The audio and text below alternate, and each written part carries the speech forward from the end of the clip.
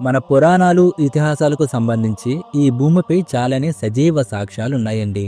మందర పర్వతం ఇప్పుడు జరిగిన ప్రయాగరాజ్ కుంభమేళాకు ప్రధాన కారణమైన క్షీరసాగర మదనం ఏదైతే ఉందో, ఈ మదనంలో కవ్వంగా ఉపయోగపడిన మందర పర్వతం గురించి, ఆ పర్వతం ఇప్పుడు ఎక్కడ ఉందో అనే విషయాలను క్లియర్గా తెలుసుకుందాం.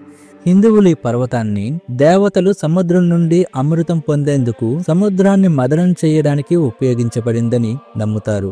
జైనులు ఈ పర్వతాన్ని తీర్థంకరులు తపస్సు చేసిన పవిత్రమైన సిద్ధ క్షేత్రాలలో ఒకటిగా, లోకంలో ప్రత్యేకమైన శక్తులను కలిగి ఉందని భావిస్తారు. బౌద్ధులు ఈ పర్వతాన్ని ధ్యానం, జ్ఞానం, మోక్ష సాధనలకు పరమ పవిత్రమైన ప్రదేశంగా నమ్ముతారు. ఇలా 3 మతాల పవిత్ర భావనలతో ముడిపడి ఉన్న ఈ పర్వతం బీహార్ రాష్ట్రం బాంకా జిల్లాలో ఉంది. ఈ పర్వతాన్ని మందరాచల పర్వతం అని, మందర పర్వతం అని కూడా పిలుస్తారు. ఈ పర్వత శిఖరం 800 అడుగుల ఎత్తులో ఉంటుంది. ఇక ఈ పర్వతం చుట్టూ ఉండే విశేషాలను ఒక్కొక్కటిగా చూద్దాం. వాసుకి జాడలు. క్షీరసాగర మదనంలో కవ్వంగా ఉపయోగపడింది మందర పర్వతం. ఆ కవ్వానికి తాడులా మారింది నాగరాజు అయిన వాసుకి. ఈ వాసుకిని ఒకవైపు దేవతలు, మరోవైపు రాక్షసులు పట్టుకుని లాగుతూ పర్వతాన్ని మదించడం జరిగింది. దానికి గుర్తులుగా ఇప్పటికీ ఆ పర్వతంపై వాసుకి పాము రాపిడి వల్ల ఏర్పడిన దట్టమైన గీత ఉంది. కొన్ని పురాతన గ్రంథాల ప్రకారం ఇక్కడ వందలాది చెరువులు ఉండేవని చెబుతారు.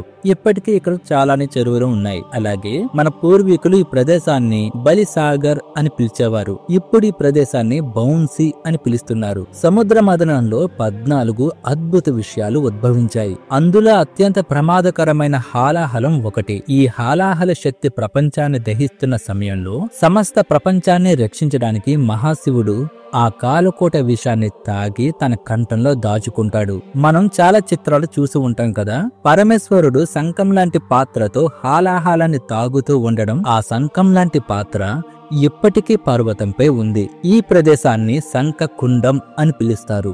ఇక్కడ మరో ఆసక్తికరమైన విషయం ఏమిటంటే, ఈ శంఖకుండం సంవత్సరంలో 364 రోజులు దాదాపు 70 నుంచి 80 అడుగుల వరకు నీటితో నిండి ఉంటుంది.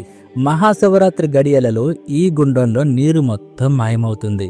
గుండం అడుగున ఉన్న పాంచజన్య శంఖం భక్తులకు దర్శనమిస్తుంది. మహాశివరాత్రి గడియలు పూర్తి కాగానే శంఖకుండం తిరిగి నీటితో నిండిపోతుంది.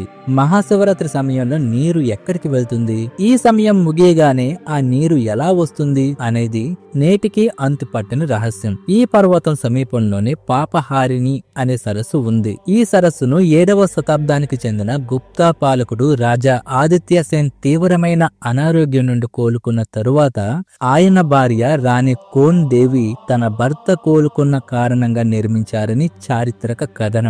ప్రపంచంలో అతిపెద్ద హిందూ దేవాలయం అంకోర్ వాట్ దేవాలయంలో కంబోడియన్ల సంప్రదాయ కళ కైమర్ కళలో ఈ క్షీర మహాసముద్ర మదనం యొక్క చిత్రణ, సృష్టి రహస్య చిత్రాలు, కురుక్షేత్ర యుద్ధం వంటి చిత్రాలు కూడా ఖండాంతరాలు దాటిన మన హిందూ సంప్రదాయానికి సజీవ సాక్ష్యాలు.